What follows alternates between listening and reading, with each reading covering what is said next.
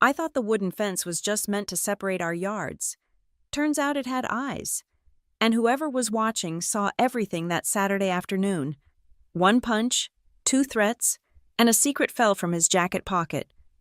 A key that would unlock my stepfather's entire fraudulent empire. I didn't need sympathy. I needed evidence. And that evening, evidence came to me through a knothole in the fence, delivered by the most unlikely witness. My name is Raylan Ward, and at 33, I never imagined I'd be sleeping in my childhood bedroom again.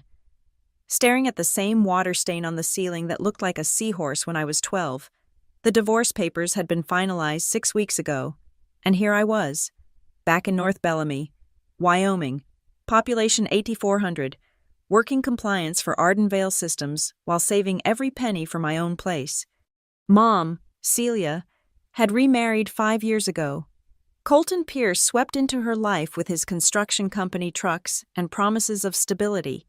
He was the kind of man who wore his success like cologne, overpowering and impossible to ignore. Pierce Infrastructure had its fingers in every municipal project from here to Cheyenne, and Colton made sure everyone knew it. The house smelled different now. Gone was Mom's lavender potpourri, replaced by the sharp scent of WD-40 and diesel that followed Colton everywhere. He'd converted Dad's old study into his home office, and the garage looked more like a filing warehouse than a place to park cars. I kept my head down, worked my 12-hour shifts monitoring internal controls and regulatory compliance at Ardenvale.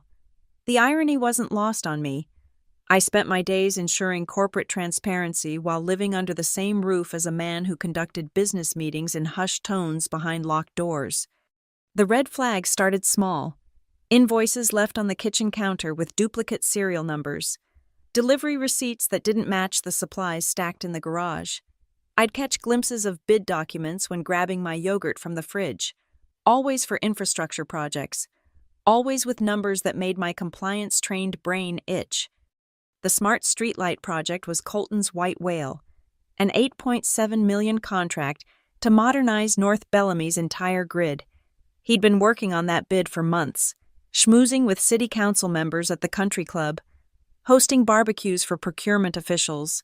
Mom glowed with pride at these gatherings, playing the perfect hostess while I served potato salad and kept my observations to myself.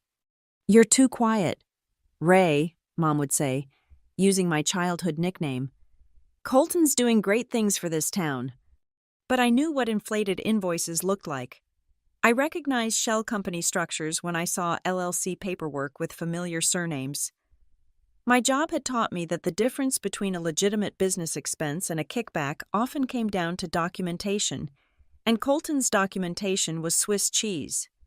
I started photographing things, not obviously, just quick phone snaps while pretending to text.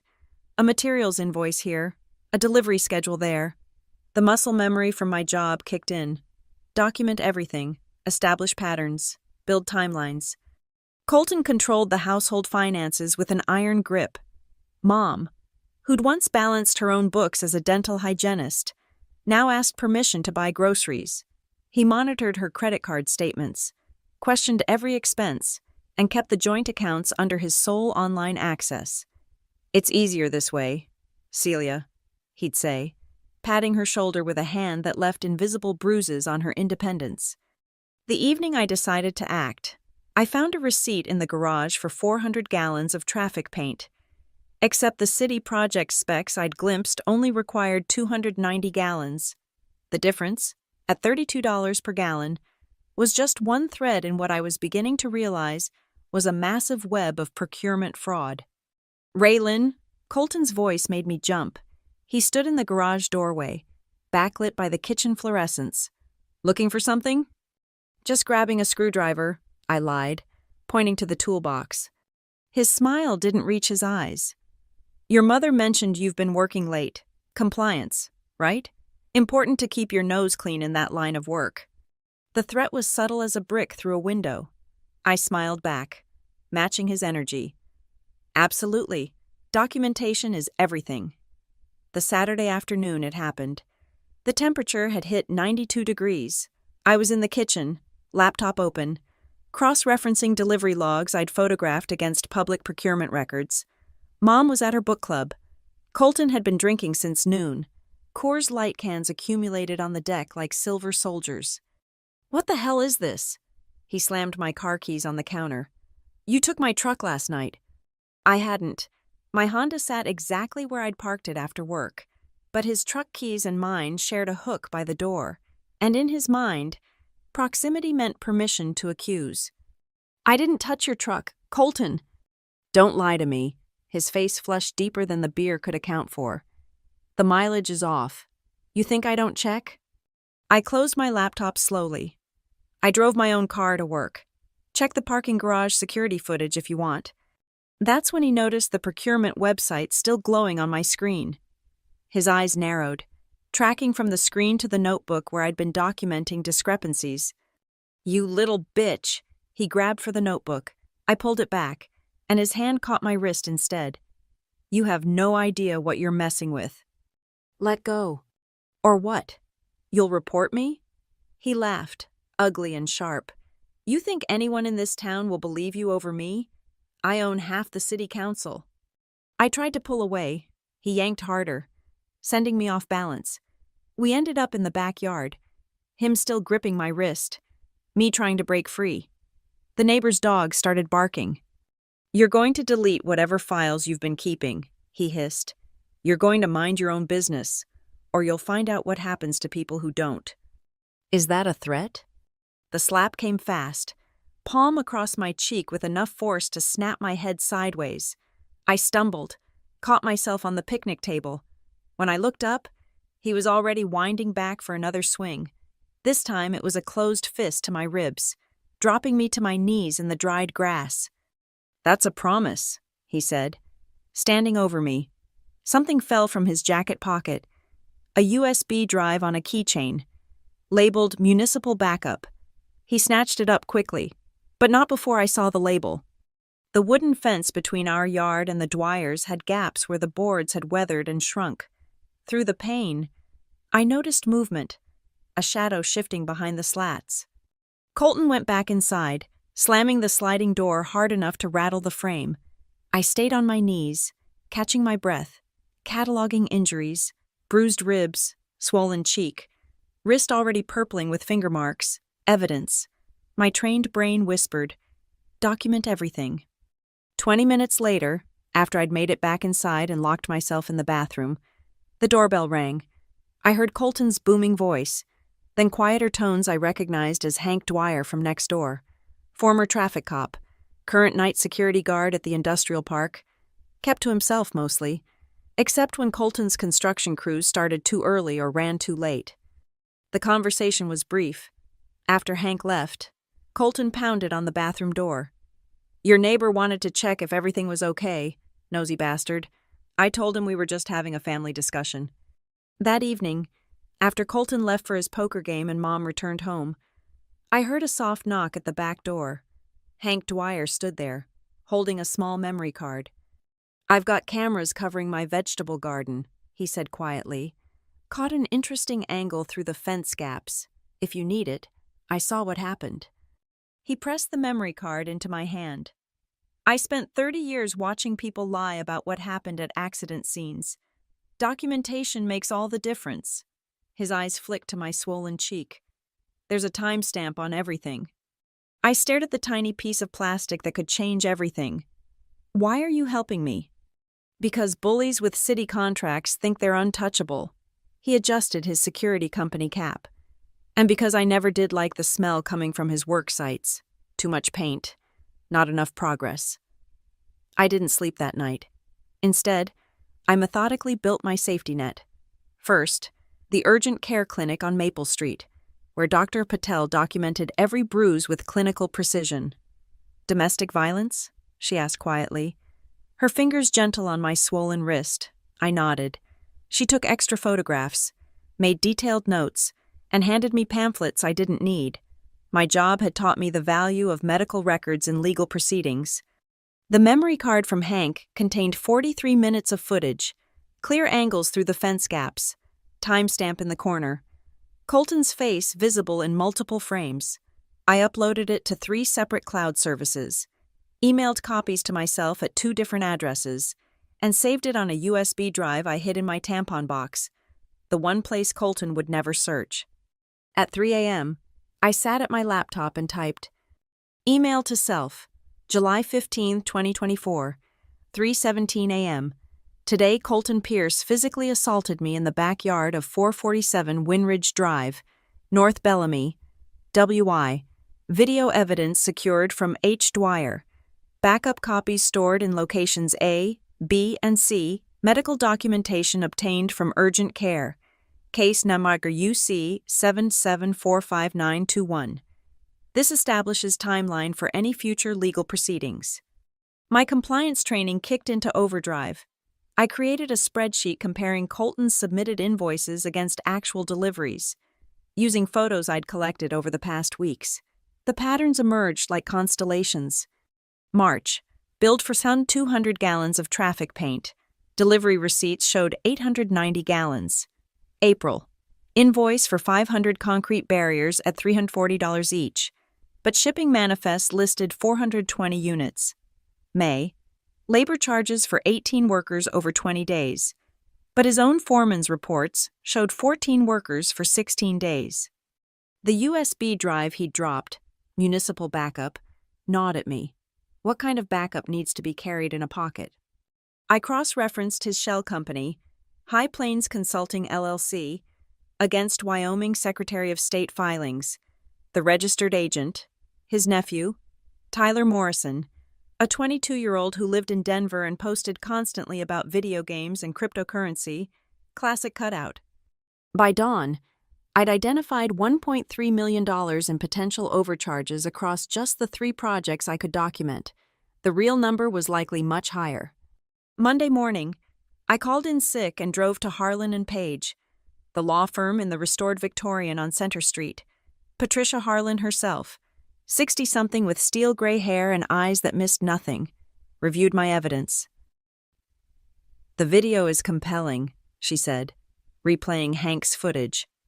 "The medical documentation is thorough. We can file for a temporary restraining order today."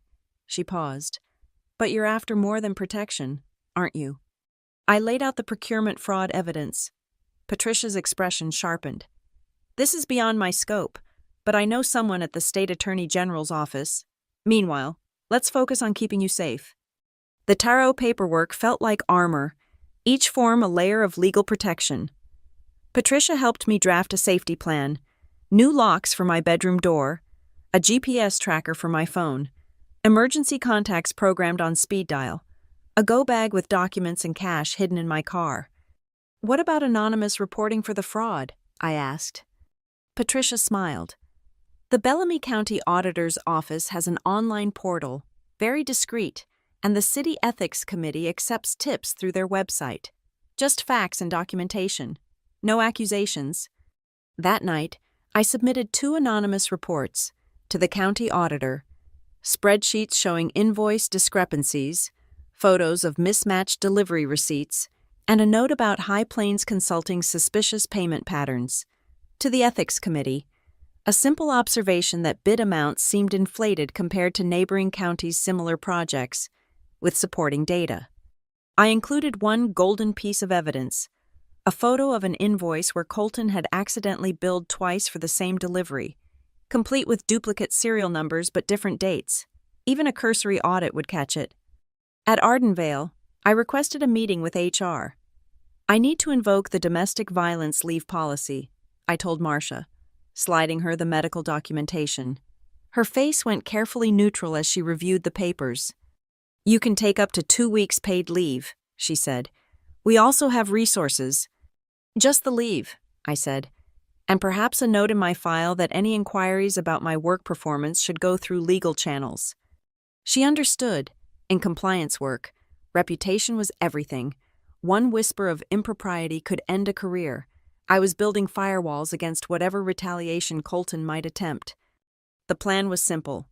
Let the bureaucracy's own momentum carry the investigation forward while keeping myself legally protected and professionally insulated. Colton's weakness was his arrogance. He'd grown so comfortable with his schemes that he'd gotten sloppy. My phone buzzed. A text from an unknown number. Package delivered. Both agencies confirm receipt. Wheels in motion. A friend of good government. The first domino had fallen. The judge signed the temporary restraining order at 2:47 p.m. on Tuesday. Colton would be served at his office. Patricia assured me, by a process server who knew how to handle potentially volatile situations. I sat in my locked bedroom, watching the clock and waiting for the explosion. It came at 4:15. Mom's panicked call. "Raylyn, what have you done?" "Colton just called. Police showed up at Pierce Infrastructure with some kind of court order. He's furious. He assaulted me. Mom, it's documented. Medical records, video evidence." Silence. Then, "He said you've been snooping in his business files." Is that what he's worried about? Not that he hit me? "You don't understand how things work here, honey. Colton has connections." "I'm staying at a hotel tonight." I cut her off. "The tarot means he can't come within 100 yards of me. If he shows up at the house while I'm there, he'll be arrested." Patricia had arranged a room at the Fairfield Inn under the law firm's corporate account. I packed methodically, taking every piece of evidence, every backup drive, every document that mattered. The go bag was already in my car. Wednesday morning brought unexpected momentum. The county auditor's office had apparently fast-tracked their review, triggered by the blatant duplicate billing. Their initial inquiry letter to Pierce Infrastructure, copied to all relevant city departments, requested documentation for discrepancies noted in recent contract submissions. Patricia forwarded me the public notice. "Your anonymous tip lit a fuse. Auditor Brennan is known for being thorough. And look," she highlighted a paragraph. "They're freezing payment on all outstanding invoices pending review." Colton's cash flow just hit a wall. The ethics committee moved slower but deeper. Their investigators, Patricia's contact informed us, were particularly interested in the High Plains consulting payments. Tyler Morrison, the nephew in Denver, had already received a subpoena for financial records. I used my leave time strategically, every morning. I'd set up in the law firm's conference room, building comprehensive timelines and cross-references. Patricia introduced me to James Kovac, a forensic accountant who whistled low when he saw my spreadsheets. "This is meticulous," he said. "You've essentially done half an audit already. Mind if I make some suggestions?" By Thursday, we'd identified 2 more shell companies and a pattern of rotating invoices designed to stay just under review thresholds. The total potentially fraudulent billing had climbed to $2.1 million across 18 months. "The Smart Light project is where he got greedy," James explained, pointing to a cluster of charges. "See these consultant fees? They're all just under $50,000, the threshold for automatic review. But look at the dates, all within the same week. No legitimate project needs 5 different consulting firms in 5 days."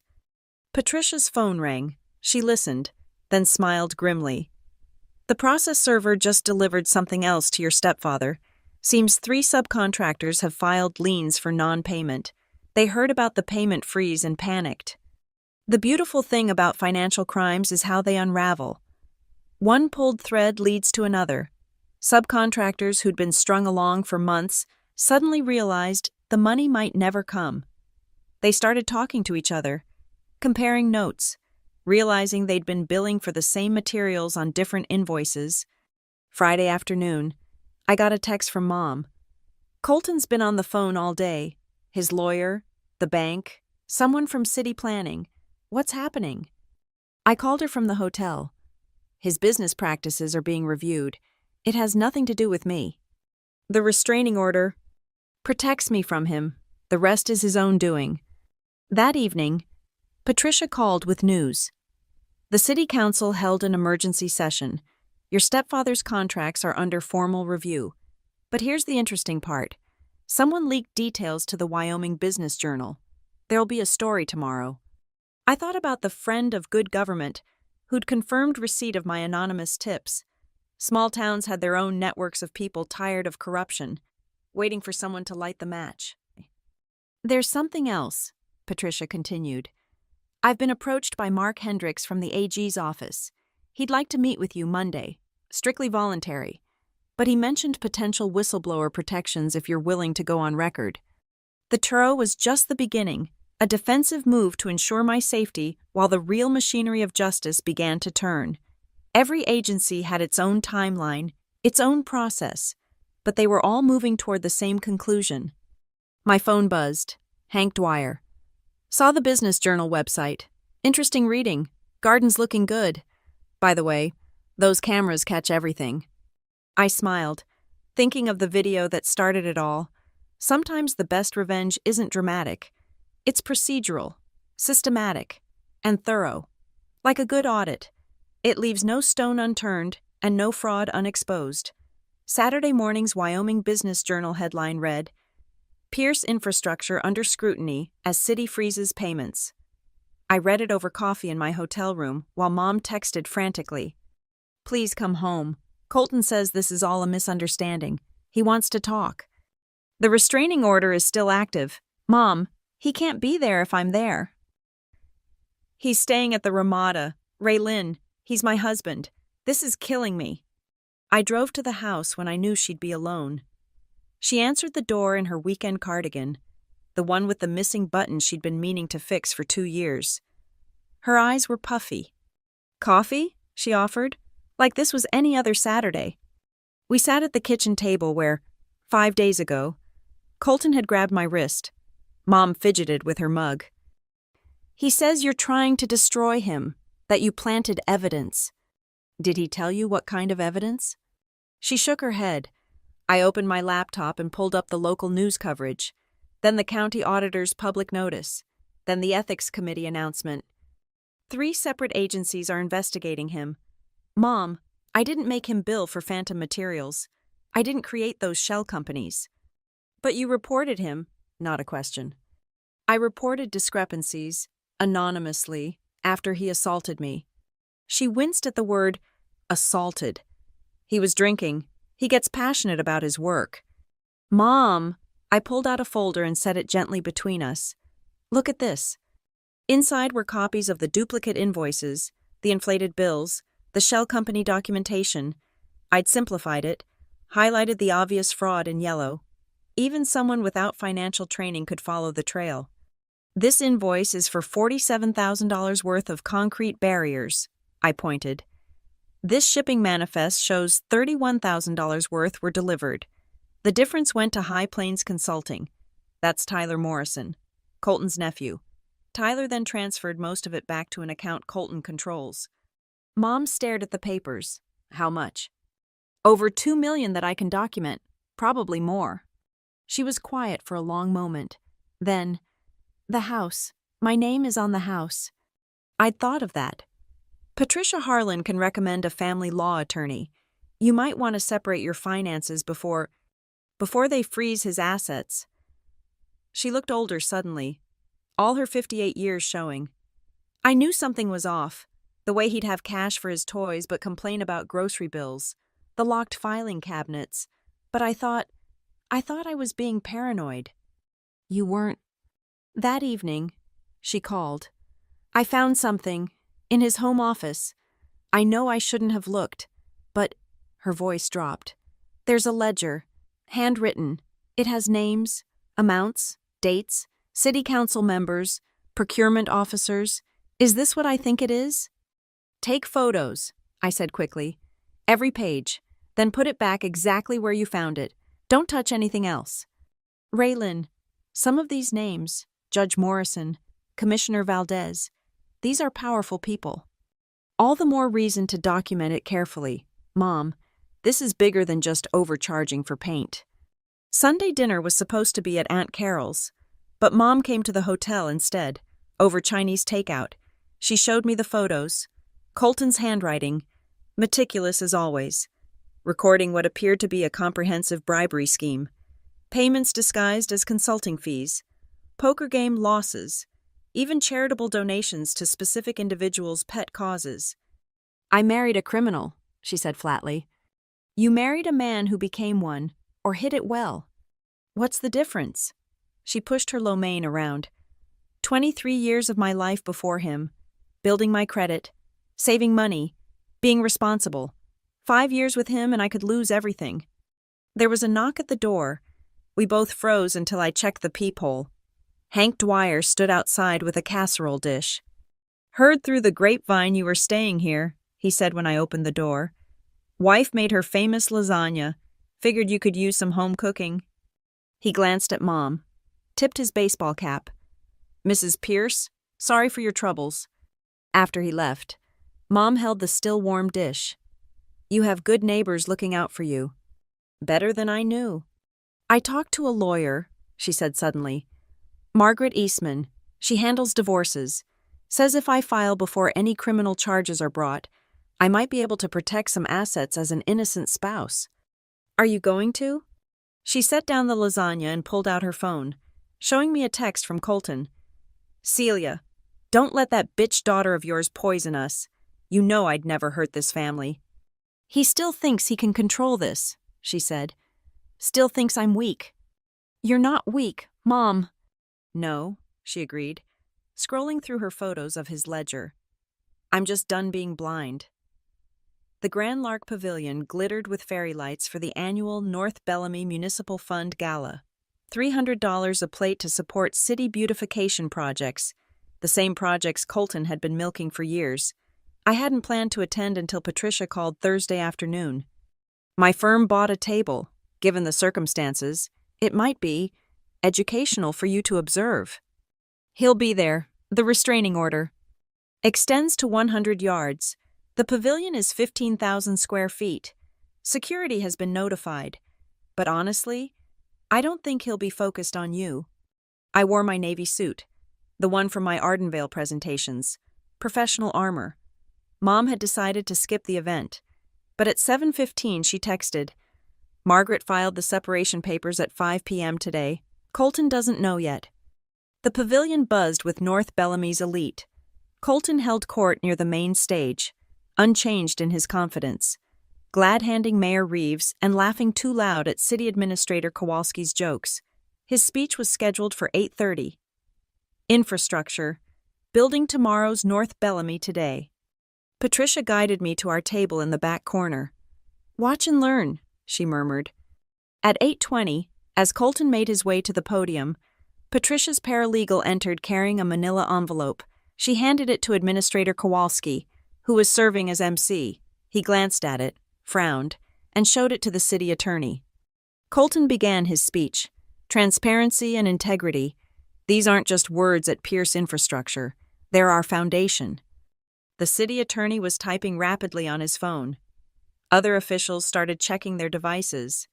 A ripple of electronic awareness spread through the crowd. "For 5 years, we've partnered with this great city to modernize your infrastructure, always delivering value, always—" "Excuse me, Mr. Pierce?" Administrator Kowalski approached the podium, document in hand. "I apologize for the interruption, but we've just received formal notice of evidence preservation requirements from the State Attorney General's office, the county auditor, and 3 civil plaintiffs. As you're currently speaking in your capacity as a city contractor, I'm obligated to inform you publicly." The room went silent. Colton gripped the podium edges, his knuckles white. "This is ridiculous. Some disgruntled former employee—" "Additionally," Kowalski continued, his voice steady, "we've received notice that several of your subcontractors have filed formal complaints about non-payment totaling $847,000. Per city policy, this triggers an automatic review of your active contracts." Near the registration table, Hank Dwyer stood beside a display for Secure Home Systems. His employer, the company's demonstration screen, meant to showcase their new doorbell cameras, suddenly flickered to life with a different feed. "Every fence needs eyes." Hank's voice came through the speakers. On screen, grainy but unmistakable footage of a man striking a woman in a backyard. The timestamp was visible. The angle showed Colton's face clearly. Someone screamed. Security moved toward the display, but Hank stepped back, hands raised. "Just demonstrating our clarity and range. Apologies for any disturbance." Colton abandoned the podium, pushing through the crowd toward Hank. "You son of a—" "Sir!" 2 uniformed officers appeared, They'd been working security for the event. One held up a paper. "Colton Pierce, we have a restraining order on file. The protected party is present at this venue. You need to maintain distance." "She's here?" His head swiveled, searching the crowd until he spotted me at Patricia's table. "You manipulative little—" "Sir, you're in violation. Step back or we'll arrest you." "You think you've won?" he shouted across the pavilion. "You have no idea who you're messing with. I own this town. I own—" "That's enough." Judge Morrison, whose name featured prominently in Colton's handwritten ledger, stood up from his table. "Officers, please escort Mr. Pierce out. He's clearly disturbing the peace." The irony wasn't lost on anyone who'd seen the ledger photos. The judge was cutting ties, publicly and decisively. As the officers moved in, Colton made one last mistake. He shoved the nearest one, stumbling backward toward me. 98 yards became 20 in seconds. "Stop!" The officer's hand went to his taser. "You're under arrest for violating a protective order and assaulting an officer." The handcuffs clicked shut at 8:47 p.m. Around the pavilion, phones captured every second. The Wyoming Business Journal reporter typed furiously. Major donors quietly closed their checkbooks and headed for the exits. Administrator Kowalski returned to the podium. "Ladies and gentlemen, we apologize for the disruption. Given the circumstances, we'll be concluding tonight's program early." As Colton was led out, still ranting about ownership and connections, Patricia leaned over. The preservation notices were delivered to his bank, his bonding company, and his insurance carrier simultaneously. By Monday morning, every financial institution he deals with will have initiated their fraud clauses. The pavilion emptied quickly. Only the staff remained, clearing untouched dinners and dismantling displays. Hank Dwyer appeared at our table. "Sorry about the video display timing," he said, not looking sorry at all. "Equipment malfunction. These new systems are so sensitive." I shook his hand. "Thank you, for everything." "Just being a good neighbor," he said. "Besides, I really don't like bullies who think badges and titles make them untouchable. Saw too many in my 30 years on the force." Monday morning hit Pierce infrastructure like a financial avalanche. By 9 a.m., the city council had voted unanimously to suspend all contracts pending investigation. The vote was public. Broadcast live on the municipal website, Councilman Torres, who'd taken $15,000 according to Colton's ledger, led the motion with theatrical outrage about betrayed public trust. I watched from Patricia's office as the dominoes fell in real time. 9:47 a.m. First National Bank of Wyoming issued a notice freezing Pierce Infrastructure's credit line, citing credible allegations of fraud that triggered their morality clause. 10:15 a.m. Sentinel Surety Corporation, Colton's bonding company, announced suspension of his license bonds pending investigation. Without bonds, he couldn't bid on any public project in the state. 10:32 a.m. American Contractors Insurance Group invoked their fraud exclusion clause, effectively canceling liability coverage retroactive to January 1st. "It's textbook unraveling," Patricia observed. "Financial institutions protect themselves first. Watch, his subcontractors will mobilize next." She was right. By noon, 14 subcontractors had joined a hastily formed creditors committee. Their attorney, Michael Chen, no relation despite the name, had already filed for emergency asset preservation. The combined claims totaled $1.47 million in unpaid invoices. The state attorney general's office moved with surprising speed. Mark Hendricks called at 2 p.m. "Ms. Ward, we're preparing criminal charges for procurement fraud, money laundering, and racketeering. Your documentation has been invaluable. We'd like to formalize your whistleblower status." "What does that mean, exactly?" "Protection from retaliation, potential recovery of fraudulent funds, and honestly, it means Colton Pierce is looking at 15 to 20 years. Mom called while I was reviewing the whistleblower paperwork. The divorce lawyer says Colton's accounts are frozen. He can't even pay bail." "Where is he now?" "County jail. His lawyer is trying to arrange a bond hearing. But with the assault on the officer, she paused. Raylyn, investigators came to the house. They have a warrant. Don't touch anything. Let them work. The investigation team spent 6 hours at the house, removing boxes of documents, computers, and even the contents of his home safe. Mom sent updates via text. 3:45 p.m. They found more ledgers. Years of them. 4:20 p.m. There's cash in the garage ceiling. Bundles of it. 5:15 p.m. They're asking about properties in Montana. I didn't know we owned properties in Montana. Tuesday's Wyoming Business Journal ran a special edition. Pierce Infrastructure Collapse, a timeline of fraud. They'd done their homework, connecting shell companies to city contracts going back 8 years. The FBI had joined the investigation, interested in the interstate money laundering aspects. My phone rang constantly, other contractors wanting to know what I knew, city officials distancing themselves, reporters chasing angles. I let everything go to voicemail except one call. Raylyn Ward? The woman's voice was nervous. I'm Sophie Mendez. I used to be Pierce Infrastructure's bookkeeper. I was fired last year for questioning inconsistencies. I heard you're the whistleblower. I have records. 3 years of records. We met at Patricia's office. Sophie brought 2 banker's boxes and a haunted expression. He made me create false invoices, she said. When I pushed back, he threatened my husband's immigration status, said he had connections at ICE. Her records were devastating.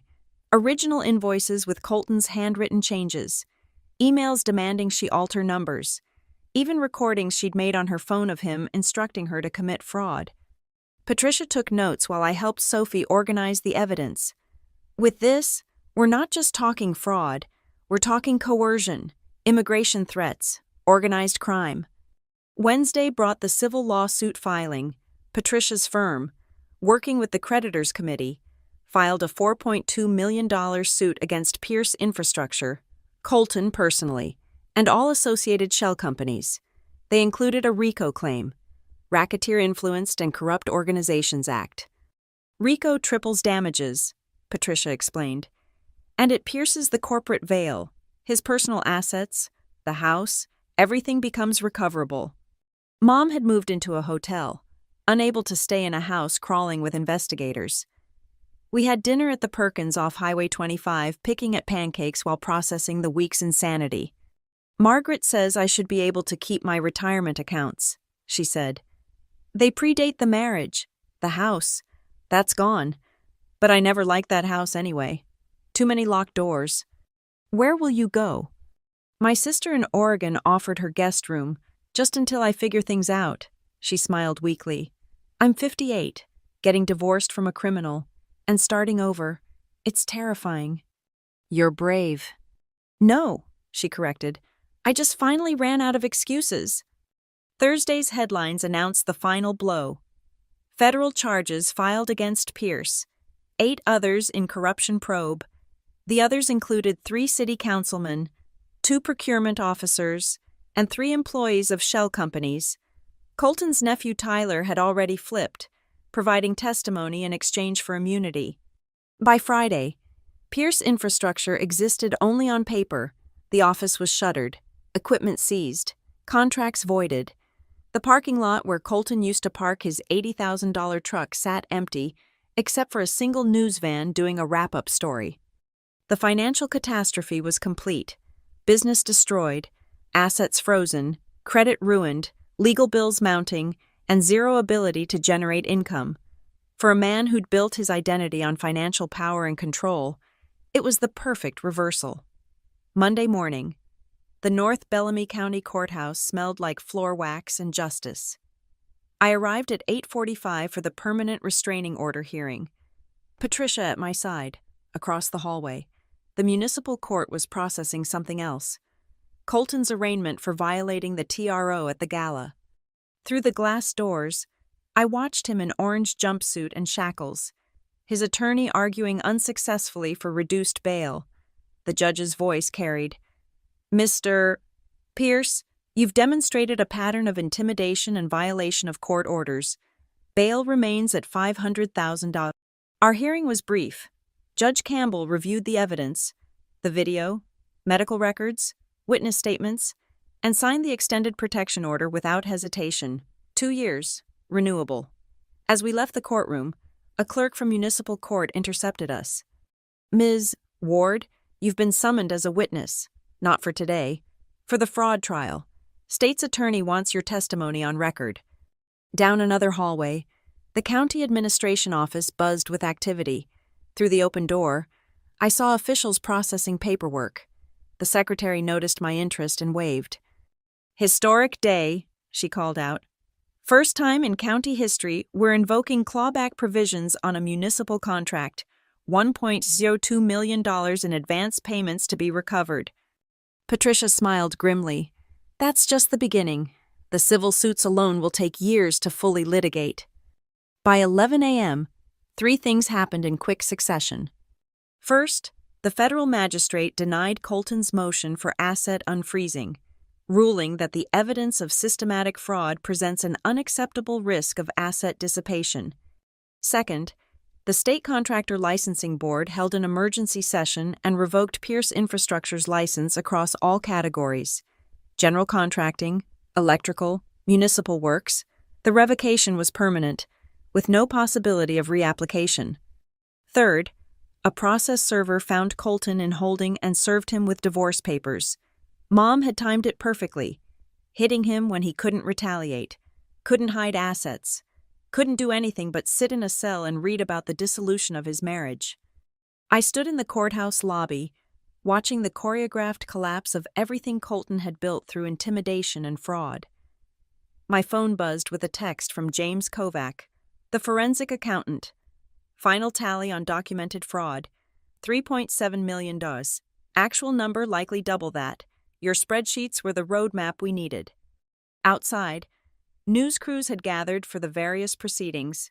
I avoided them, slipping out the side entrance where Hank Dwyer happened to be walking his dog. "Fancy meeting you here," he said with a knowing smile. "Bunny needed a walk right past the courthouse. Purely coincidental." "How's the garden?" "Thriving. Amazing what grows when you clear out the weeds." He paused. "That footage has been requested by 3 more law enforcement agencies. By the way, seems your stepfather had projects in other counties." The implications rippled outward. More investigations, more charges, more unraveling of the network Colton had spent years building. I drove back to the Fairfield Inn to pack. My 2 weeks of leave were ending, and Ardenvale had approved my request to work remotely while I found an apartment, somewhere far from North Bellamy and its web of corruption. At 2 p.m., while zipping my suitcase, I watched the live stream of the city council meeting. They voted unanimously to implement new procurement oversight measures: dual signatures, mandatory audits, whistleblower protections. Councilman Torres, sweating under the lights, volunteered to chair the new ethics committee. The rats were reforming the ship they'd helped sink. My phone rang. Sophie Mendez, the former bookkeeper whose records had been so damaging. "I wanted to thank you," she said. "The FBI says I qualify for the whistleblower program, too. There's a percentage recovery if they get the money back. My lawyer thinks it could be substantial. You took the bigger risk, keeping those records." "Maybe, but you lit the match." As I loaded my car, one final text arrived from Mom. "Colton's hearing just ended. Fraud, racketeering, money laundering, assault on an officer, violating protective order. His lawyer says he's looking at 25 years if convicted on all counts. It's over." I sat in my Honda, engine running, looking at the hotel that had been my refuge. In the rearview mirror, North Bellamy sprawled under the afternoon sun, a small city with big corruption, now fumbling toward accountability. The sound of metal clicking into place echoed in my memory. Not handcuffs this time, but the satisfying snap of puzzle pieces. Every spreadsheet, every photo, every documented lie had been a link in the chain that now bound Colton Pierce. I put the car in drive and headed toward I-25, toward a new apartment in a new city where no one knew my name. Behind me, the courthouse stood solid against the Wyoming sky, and somewhere in its bowels, a man who'd thought himself untouchable sat in a cell, counting the cost of underestimating a compliance officer with bruised ribs and an eye for documentation. The wooden fence that had started it all would stand between those 2 yards for years to come, but the secrets it witnessed were public record now, archived in court documents and FBI files. Every gap in the boards had become a window to justice. I merged onto the highway and didn't look back. The best revenge, I'd learned, wasn't dramatic. It was methodical, thorough, and devastating, just like a properly conducted audit. The metal sound I'd remember most wasn't the handcuffs, it was the gavel, falling again and again, marking the end of Colton Pierce's empire with the finality of a ledger closing. Thank you for listening to this story. I'd love to know where you're tuning in from. Drop a comment below and let's connect. If you enjoyed this tale of justice served cold, please subscribe to the channel and share your thoughts on Raylan's journey. What would you have done in her situation?